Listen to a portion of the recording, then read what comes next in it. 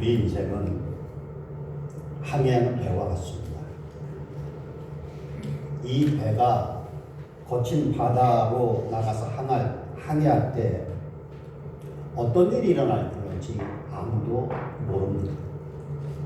하지만 일단 항해라고 하는 것 자체가 늘 평안할 수만은 없다라고 하는 사실을 알고 출발하는 사람과 모르고 출발하는 사람과는 그 현실을 받아들이는 자세가 크게 다를 수밖에 없지.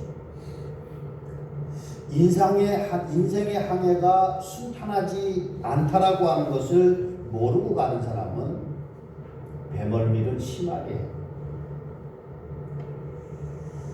요즘에 인생 항해에서 배멀미를 심하게 하는 사람들이 많습니다. 가정의 풍랑, 경제의 풍랑, 건강의 풍랑, 사람 풍랑, 직장 풍랑, 자녀들의 취업 풍랑, 입시 풍랑까지. 요즘에 코로나19의 풍랑까지 거센 파도가 쉼없이 인생의 항로를 가로막고 흔들어대고 있습니다. 그래서 인생의 이 배멀미를 심하게 하는 사람들은 살고 싶지 않다, 소망이 없다, 이런 말들을 하면서 살아가죠. 우리 중에도 지금 이 순간에 삶의 의욕과 소망이 없이 지친 모습, 두려워하는 모습으로 사는 사람이 있다고 하면 참 배멀미를 심하게 하고 있는 분일 것입니다. 근데 이 인생의 배멀미는요, 예수를 믿는다고 해서 면제되는 것이 아니다. 예수를 믿는 사람에게도 온갖 풍랑이 몰려옵니다. 하지만 믿는 사람들에게는 이 풍랑을 극복하는 비결을 압니다. 예수님께서 이미 말씀을 통해서 우리에게 어떤 풍랑이 다가올 것인가 하는 것에 대해서 가르쳐 주셨잖아요. 세상에서 너희가 환난을 당하라, 담대하라, 내가 세상을 이기노라. 이 말씀을 통해서 성도들이 우리의 인생의 항로가 정말 결코 쉽지 않다라고 하는 것을 알게 됩니다. 그리고 동시에 풍랑 속에서 평강의 비결이 예수님 안에 있다고 하는 사실도 압니다. 요한복음 16장 33절에 이것을 너희에게 이르는 것은 너희로 내 안에서 평안을 누리게 하려 합니다. 세상에서 너희가 환난을 당하나 담대하라, 내가 세상을 이겨노라. 너희가 이 험한 세상 속에서 인생의 항해를 하다 보면 별의별 일을 다 겪게 될 것이다. 하지만 험한 풍랑을 만난다고 할지라도 너무 두려워하지 말아라, 염려하지 말아라. 내가 이미 이겨놓은 풍랑이다. 그러니 너희들은 내 안에서 담대하면 된다. 그 풍랑에 속지 말고 안전한 포구에 도착할 수 있도록 내가 약속하고 있으니 평안을 누리면서 살아라 말씀하고 있습니다. 오늘 본문에도 사도 바울이 배를 타고 로마에 당도하기까지 기나긴 항해의 기록을 보여주고 있습니다. 27장 1절에 바울이 타고 가는 이 배의 목적지가 어디인가 하는 것을 가르쳐 줍니다. 우리가 배를 타고 이탈리아로 가기로 작정됨에 그들이 가야 될 곳은 이탈리아입니다. 또 4절에 보니까 거기서 우리가 떠나다가 맞바람을 피하여 구부로 해안을 의지하고 항해하여 이 항해가 점점 어려움을 맞이하게 됩니다. 그 이유는 맞바람 때문에 배나 비행기 이런 것들이 바람을 등지고 갈 때는 시간과 에너지를 절약할 수 있습니다. 그러니까 맞바람을 맞으면요, 시간도 더 걸리게 되고 힘도 더 들게 되고요. 제가 요즘 오후에 자전거를 탔어요. 강변을 하면서. 며칠 전에는 저 아래쪽으로 내려가는데 너무 힘들었는데 그저께는요 너무 쉽게 가더라고요. 몇 번 탔더니 이제 길이 익어서 빨리 가는 것 같은가 보다. 갔어요. 갔다 돌아오는데 맞바람이 불더라고요. 얼마나 힘든지 그때 깨달았어요. 내려갈 때는 뒤에서 바람이 불어서 쉽게 갔구나. 맞바람을 바로 불까요? 힘이 배나 더 들더라고요. 오늘 본문 7절에도 보니까 배가 더디가 여러 날 만에 간신히 니도 맞은편에 이르렀다. 인생의 항해에서 만나는 맞바람은 우리를 너무나도 힘들게 합니다. 일이 생각대로 추진이 안 되기도 하고 시간도 에너지도 더 많이 들어가고 점점 미래는 불투명해지고 그러니까 마음에 불안함이 찾아오기 시작합니다. 오늘 본문에도 바울이 항해하는 그 항해 역시 매우 불투명했습니다. 잠깐 폭풍이 부는가 싶더니 14절에 유라굴로라고 하는 큰 광풍이 배를 덮치고 말았습니다. 그리고 오늘 본 20절에 보니까 여러 날 동안 해와 별이 보이지 아니하고 큰 풍랑이 그대로 있으며 구원의 여망이 다 없어졌더라. 그런 표현까지 등장을 합니다. 일이 계획대로 전혀 되지 않은 이 답답한 것, 일을 포기해야 될 만큼 모든 일들이 정해진 대로 이루어지지 않는 이런 현상들, 그리고 때로는 잠시는 잘 되는 것 같았는데 웬걸 더 큰 유라굴로 광풍이 몰려와서 우리의 정신을 쏙 빼놓는 그런 경우들이 다 있더라고요. 여러 날 동안 해와 별이 보이지 아니하고 우리의 인생 항해에도 해와 별을 본 지가 오래인 사람들도 있을 것입니다. 큰 풍랑이 그대로 있지만은 언젠간 좀 나아지겠지, 숨 돌릴 틈이 주어지겠지 하고 버티고 있는데 풍랑은 가라앉을 기미도 보이지 않고 더 큰 풍랑이 다가오는 사람들도 있어요. 바울과 여러 사람들이 타고 가는 이탈리아로 가고 있는 이 배가 처한 상황과 같은 현실을 맞이하는 사람들도 있을 거예요. 그런데 이런 현실과 환경 속에서 자포자기하고 지쳐버리는 사람들이 너무나도 많아요.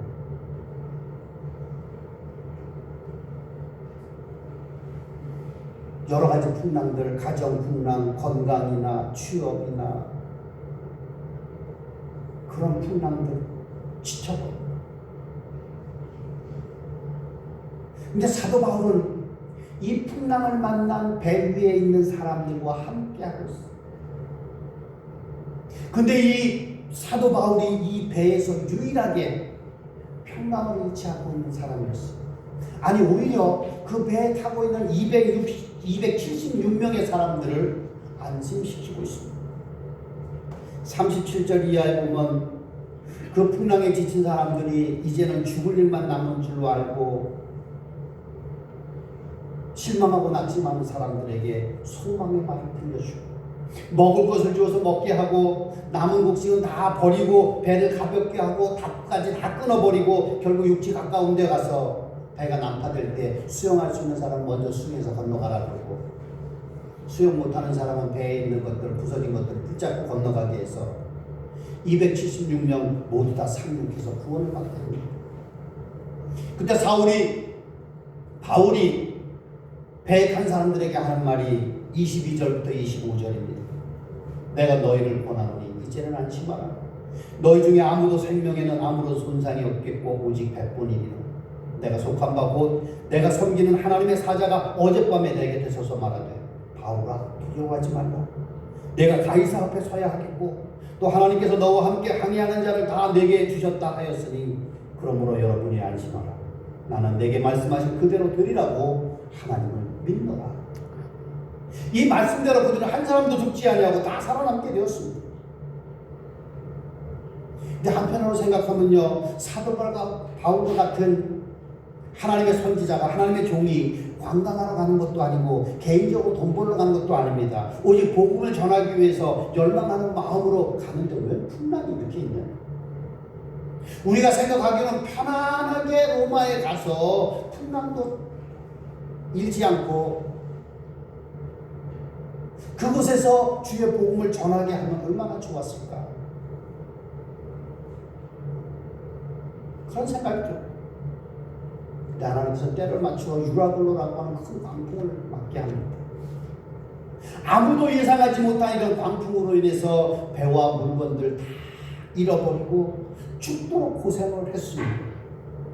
그러나 이 사건을 통해서 대안에 있는 모든 사람들이 위대한 사도 바울이 전하는 구원의 복음을 듣게 되었다고 하는 사실.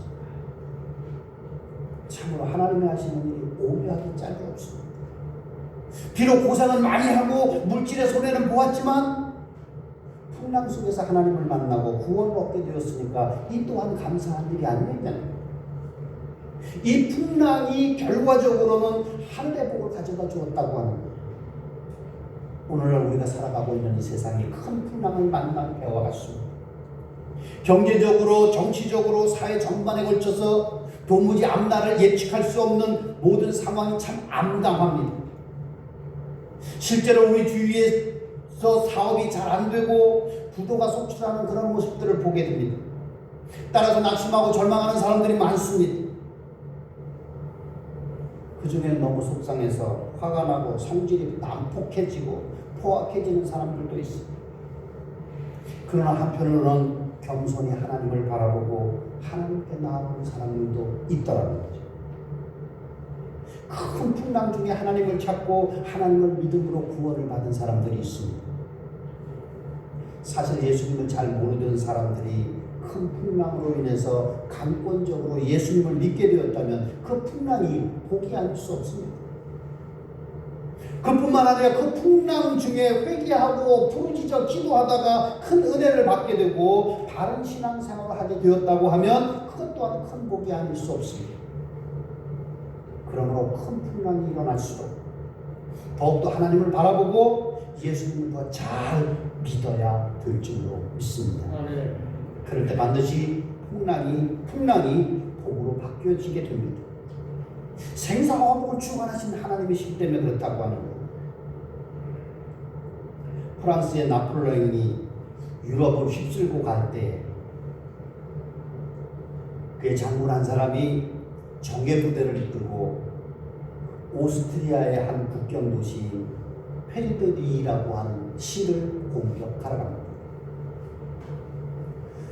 그 도시 주변의 고지에 수많은 프랑스 군대가 진을 치고 쳐들어갈 준비를 하고 있습니다. 이때 펠리히드 씨가 비상시 의회를 소집했습니다. 지금 나폴레옹의 프랑스군이 우리를 포위하고 있다. 이제 금방 쳐들어온다. 그러니까 이제 우리가 프랑스군에 바로 항복을 해서 피해를 방지할 것인지 아닌지를 결정하는 것입니다.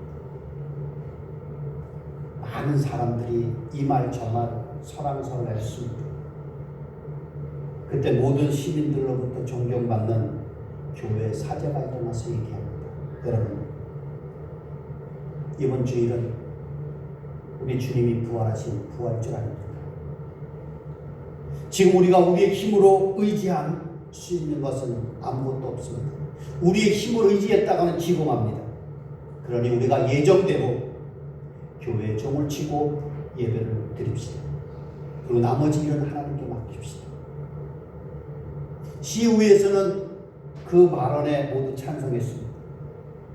프랑스 군대가 공격 준비를 하고 있는 것을 잘 알고 있었지만 교회에서는 기쁨에 차는 우렁찬 목소리가 들려왔습니다.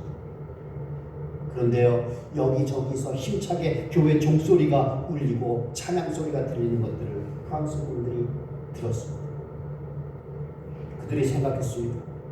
밤사이에 오스트리아에 많은 지원군이 도착한 것이 틀림없다라고 생각했습니다. 그래서 그들은 작전을 변경해서 오스트리아의 페르드리 시를 공격하지 아니하고 그것을 돌아 딴 곳으로 갔더라고요.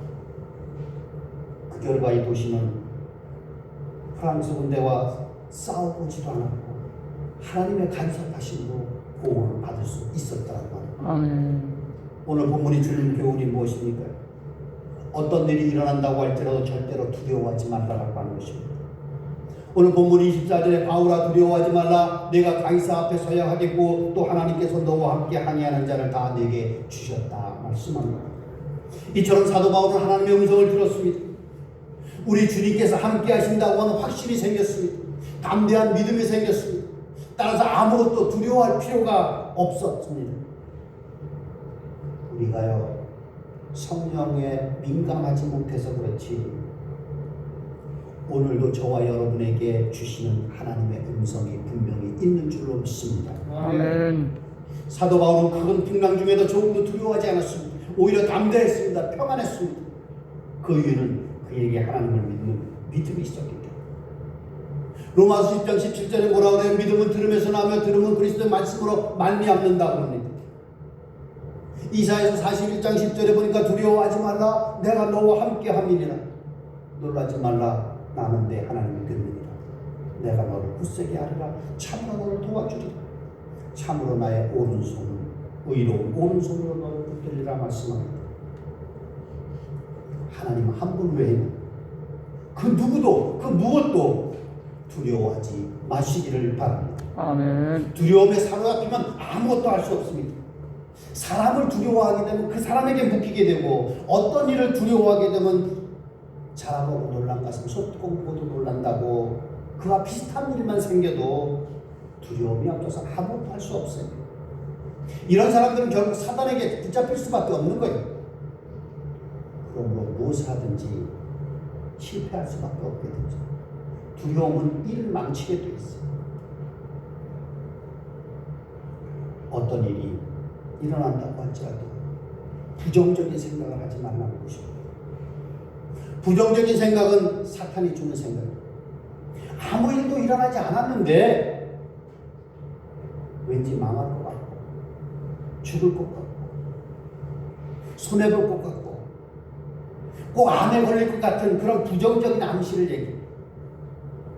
이런 부정적인 생각을 가지고 있는 사람은 일을 해보기도 전에 포기를 하잖아요. 매사에 소극적인 생각을 가지게 되고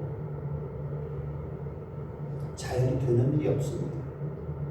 괜히 사람들이 나를 해칠 것 같고 나를 속일 것 같고 내 욕을 하는 것만 같습니다. 이런 부정적인 암시가 계속 떠오르게 되면요 사람들을 경계하게 되고 미워하게 되고 자신도 모르는 사이에 공격하게 되고 대인관계가 다 파괴돼 버리고 맙니다. 자연히 사람들과의 관계가 좋지 않게 되는 원수가 됩니다. 결국 불행한 결과를 가져오게 됩니다. 오늘 본문 42절 이하에 보면 그들이 겨우 발견한 섬에 도착할 때에 배 안에 있는 주 예수들을 몽창 다 헤엄쳐서 도망갈까봐 염려해서 군사들이 뭐라 그래요? 주 예수들을 다 죽여버립시다. 근데 백부장이 바울을 살리기 위해서 주 예수들을 죽이지 말라고 했습니다. 주 예수들을 죽이면 바울도 죽이게 되니까. 군사들의 이런 생각이 바로 부정적인 생각입니다. 그 부정적인 생각대로 행했다고 하면 어떻게 해요? 엄청난 학살이 있어서 엄청난 비극이 일어나게 돼요. 매사에 부정적인 생각을 하는 사람은요 우울증에도 잘 걸리고 때로는 자살을 하기에도 이르게 됩니다. 결국 비극적인 인생을 살게 되죠. 가이드 포스트라고 하는 잡지에 64세의 알렉산더 플룸보어라고 하는 사람이 이런 간증을 썼습니다. 과거에 그는 아주 건강하고 병에 걸릴 걱정이나 근심이 없는 씩씩하고 건강한 사람이었습니다. 그리고 적어도 1년에 한 번씩은 정기적으로 건강검진을 받았습니다. 근데 한 번은요 의사가 전립선 암인 것 같다. 다시 정밀 검사를 해보자 그랬습니다. 그 말을 듣고요 정말 하늘이 무너지고 땅이 꺼지는 것 같았습니다. 심각하다고 하는 얘기도 아니고 아직 정밀 검사도 받지 않았는데 가슴이 답답하고 마치 자기가 죽게 된 것만 같은 생각이 들었습니다. 사실 그의 아버지도 그 비슷한 나이에 전립선 암에 걸려서 2달 만에 돌아가셨고 삼촌도 사촌도 집안 식구들이 줄줄이 암으로 죽었기 때문에 이번엔 자기 차례가 된 것 같았습니다. 그래서 근심 걱정으로 인해서 제대로 먹지도 못하고 매일 하던 운동도 안 하게 되고 사업도 정리하고 교회도 안 나가기 시작했습니다. 그래서 그와 가까이 지내던 동생이 찾아와서 형님이 나보다 믿음이 더 좋은 줄 알았는데 씩씩하게 자신있게 살아가던 사람들이 도대체 무슨 일 때문에 그렇게 한꺼번에 망가집니까? 그랬더니 그가 힘없이 얘기합니다. 그건 다 암이 걸리기 전이야. 암이 걸렸기 때문에 나는 끝난 거라고. 결국 우울증에 걸렸죠. 저 우울증 치료를 하러 갔다. 의사가 그에게 얘기합니다. 미리 죽을 걱정만 하지 말고 믿음을 가지고 도전적인 자세를 가지고 한번 병과 싸워서 이겨보라.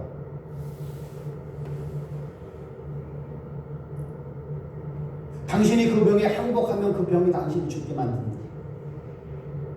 그 의사의 말을 듣고 나니까 자기가 참 한심하다는 생각이 들었습니다. 그래, 내가 왜 싸워보지도 않고 항복하냐, 억울한 생각이 들었습니다. 그래서 하나님 앞에 나가서 나에게 믿음을 주옵소서, 두려움을 물러갈 수 있게 해주옵소서 열심히 기도했습니다. 그리고 식사도 하기 시작했고 열심히 운동도 시작했습니다. 다시 정상적인 활동을 하기 시작했습니다.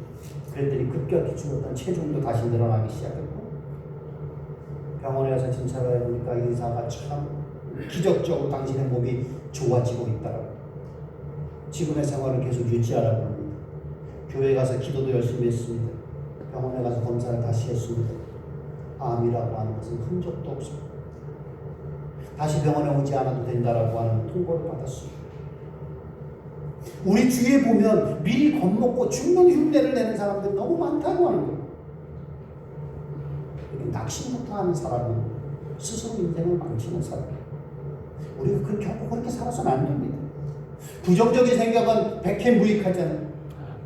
부정적인 생각이 얼마나 많은 손해를 보게 하는지 모릅니다. 우리가 무슨 일을 하더라도 부정적으로 생각하지 아니하고 믿음으로 살아갈 수 있게 되기를 주의 이름으로 축원합니다. 아멘. 세 번째는 어떤 일이 일어난다고 해도 주님만을 바라보라는 것입니다. 여러분 중에 큰 풍랑을 맞는 사람들이 있습니까? 풍랑만 보지 말고 말씀 한마디로 바다를, 풍랑을 잔잔하게 하시는 주님을 바라볼 수 있기를 바랍니다. 누구는 주님만 바라보면 살 길이 열립니다. 소망이 생깁니다. 우리 앞에 아무리 큰 풍랑이 일어난다고 할지라도 그 풍랑을 두려워하지 마시기 바랍니다. 절대로 부정적인 생각을 하지 마세요. 오직 주님만 바라보고 주님을 의지하고 주님을 가까이 해야 됩니다. 풍랑이 거셀수록 하나님을 가까이 하시기 바랍니다. 하나님께 가까이 나오고 그러면 풍랑이 오히려 여러분에게 복을 줄 줄로 믿습니다. 오늘 바울은 이 풍랑 속에서도 하나님의 말씀을 듣고 있는, 하나님의 음성을 듣고 있는 유일한 사람이었어요. 바울은 지금 하늘과 땅을 지으신 조물주 하나님에게, 이 파도와 바다를 다스리는 분에게 자기의 시선을 맞추고 있어요. 그리고 그의 귀는 폭풍우 소리와 공포에 질린 사람들의 우왕좌왕하는 소리가 아니라 하나님의 음성의 귀를 활짝 열었습니다. 본문 23절에 보면 하나님의 사자가 이 풍랑 속에서 바울 곁에 다가와서 음성을 들려주었음을 알 수 있습니다. 내가 속한 바 곧 내가 섬기는 하나님의 사자가 어젯밤에 내 곁에 서서 말하되 겁니다. 이 풍랑 속에서 바울이 끝까지 놓치지 않고 붙들고 있었던 것은 하나님과 자신과의 개인적이고 생생한 교제였습니다. 바울은 말씀을 통해서, 그리고 하나님을 믿는 믿음을 통해서 하나님께서 자신을 반드시 로마까지 보내리라고 하는 확신이 생겼고, 자기가 타고 있는 이 배의 모든 승객들이 살아남는다고 하는 확신이 생겼습니다. 지금 276명의 승객들 모두가 다 이제는 죽는가 보다 하고 있을 때 바울은 유일하게 우린 절대로 죽지 않는다. 어떤 방식이 될는지는 모르지만 하나님은 우리를 어떻게 해서라도 살리실 것이라고 하는 자신감이 있었습니다. 저와 여러분이 인생 항해에서 부딪히는 거친 풍랑에 당황하거나 절망하지 말고 자포자기하지 않는 비결은 하나님의 말씀을 붙잡고 전적으로 신뢰하는 것입니다. 기도하는 사람과 기도하지 않는 사람의 차이는 풍랑 앞에서 여실히 드러나게 됩니다. 하나님과의 영적 생명줄인 기도의 끈을 놓지 않고 사는 사람은 어떤 상황 가운데서 평안을 유지할 수 있습니다. 하지만 기도의 끈을 놓고 사는 사람은 오직 인간적인 절망의 감정만이 남아있을 뿐이라고 합니다. 여러분, 기도의 능력을 믿을 수 있기를 바랍니다. 은혜 받은 사람답게 살아갈 수 있기를 주의 이름으로 축원합니다. 내가 하나님께 내 음성을 들려드립니다. 시선을 고정하고 하나님이 또한 나에게 음성을 들려주시고 시선을 고정하시면 현실의 파도는 넉넉히 넘을 수 있는 그런 성도로서의 여유를 가질 수 있기를 바랍니다. 아멘.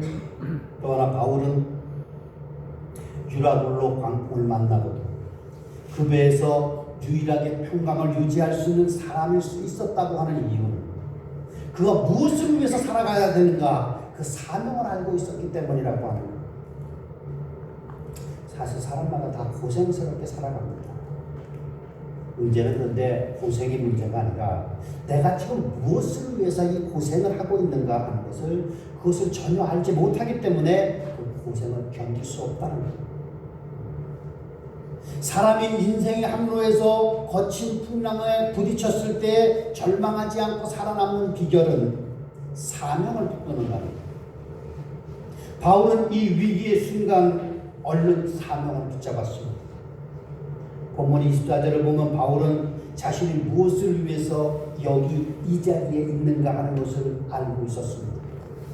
바울아 두려워하지 말라. 내가 가이사 앞에 서야 된다. 또 하나님께서 너와 함께 항의하는 자를 다 내게 주셨다 하였느니라.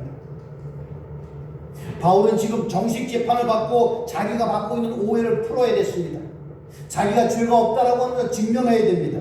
그리고 더 중요한 한 가지는 로마에 가서 주의 복음을 전하는 일이었습니다. 이러한 사명이 나에게 남아있는데 여기서 이렇게 끝날 리가 없다라고 하는 확신이 그에게 있었습니다. 그렇기 때문에 이 풍랑은 죽음이 아니라 자기가 뛰어넘어야 될 연단을 의미할 뿐이라고 합니다. 사명자는 죽지 않는다고 했습니다. 여러분에게 사명이 있고 우리나라에 사명이 있으면 결코 죽거나 망하지 않습니다. 우리 사회가 도덕적으로 붕괴되고 경제적인 난파 직전에 있다고 하지만 민족이 분열되는 그런 현상도 보여지고 있다고 하지만 누군가 기도하는 사람이 여러분 걱정하지 마십시오. 우리 민족은 절대 망하지 않습니다. 하나님께서 우리 민족을 복음화하시고 이 민족을 통해서 땅끝까지 복음 전하기를 원하고 계십니다. 우리 민족에는 사명이 있습니다. 이렇게 말할 수 있다면 바로 그 사람의 사명 때문에 흔들리는 이 민족이 소망을 얻게 될 줄로 믿습니다. 아멘. 오늘 우리에게 그러한 사명과 소망을 가질 수 있기를 주의 이름으로 축원합니다. 아멘. 또한 풍랑 속의 바울의 평강의 원인은 결국 하나님을 향한 견고한 믿음입니다. 25절에 보면 거센 풍랑에서 바울이 외치는 음성을 들을 수 있습니다. 그러므로 여러분이여 안심하라. 나는 내게 말씀하신 그대로 되리라고 하나님을 믿노라. 우리는 신앙생활 할 때마다 오늘 예배를 드리면서 전능하사 천지를 만드신 하나님 아버지를 내가 믿사오며 라고 고백을 했습니다. 하지만 정작 내 생활 속에서 폭풍우를 만날 때 그리고 내 삶의 절망의 벼랑에 서게 될 때 오늘 이 고백, 다시 말해서 천지를 만드신 전능하신 하나님을 믿는다고 하는 이 고백이 가능한지 생각해봐야 돼요. 풍랑이 있어도 하나님의 음성을 듣는 사람, 사명을 붙드는 사람, 하나님의 말씀을 믿는 사람은 풍랑 가운데서도 평강을 유지하고 믿음으로 담대하게 살아가게 될 것입니다. 우리에게 닥친 인생의 풍랑이 무엇입니까? 유라굴로와 같은 광풍은 없습니까? 욥은 자식이 10명이나 죽었고 재산도 잃어버리고 건강도 잃고 아내와 친구까지 다 잃었습니다. 그가 가진 것을 다 잃어버렸습니다. 욥에게 닥친 인생이 큰 광풍입니다. 그 광풍은 우리의 삶을 한순간에 삼켜버립니다. 죽느냐 사느냐 성공이냐 실패냐 뜻을 이루냐 좌절하느냐 우리 앞에 뜻하지 않은 인생의 광풍이 몰려옵니다. 실직이나 사업의 실패의 광풍이 옵니다. 결혼은 배우자로 인해서 일어나는 광풍도 있습니다. 사람에 대한 신뢰가 무너지고 인생에 대한 회의가 몰려옵니다. 건강과 생명의 위협의 광풍이 있습니다. 나이가 들수록 건강이 심각해집니다. 젊어서의 병은 순식간에 지나가고 잊혀지지만 나이가 들어서 얻는 병은 그렇지 않습니다. 평생 짊어지고 가야 될 그러한 것들이 대부분입니다. 불의의 사고는 더 큰 어려움을 줍니다. 전혀 다른 인생을 강요합니다. 선천적인 장애보다 후천적인 장애가 더 많습니다. 장애를 얻게 되면요, 자기의 의사와 다른 삶을 살게 되죠. 그럼 하나님께서 우리에게 평안한 삶을 주시기를 바라고 있습니다. 그러나 때로 광풍이 온다 할지라도 극복하기를 바랍니다. 믿는 자에게 능치 못함이 없다라고 말씀했습니다. 광풍도 극복할 수 있습니다. 신앙은 어려울수록 더욱 빛나게 되겠습니다. 지금 이 나라 우리에게는 코로나19의 풍랑이 심하게 일어나고 있습니다. 전 세계적으로 퍼져나가서요, 미국이나 이탈리아 같은 유럽이나 이런 곳에는 말할 수 없게 퍼졌습니다. 미국 같은 나라가 이제 세계에서 가장 많은 환자가 생겼습니다. 어쩌면 12만 명을 넘었더라는 얘기를 들었습니다. 스페인이나 이탈리아 같은 나라는 하루에 1000명씩 죽습니다.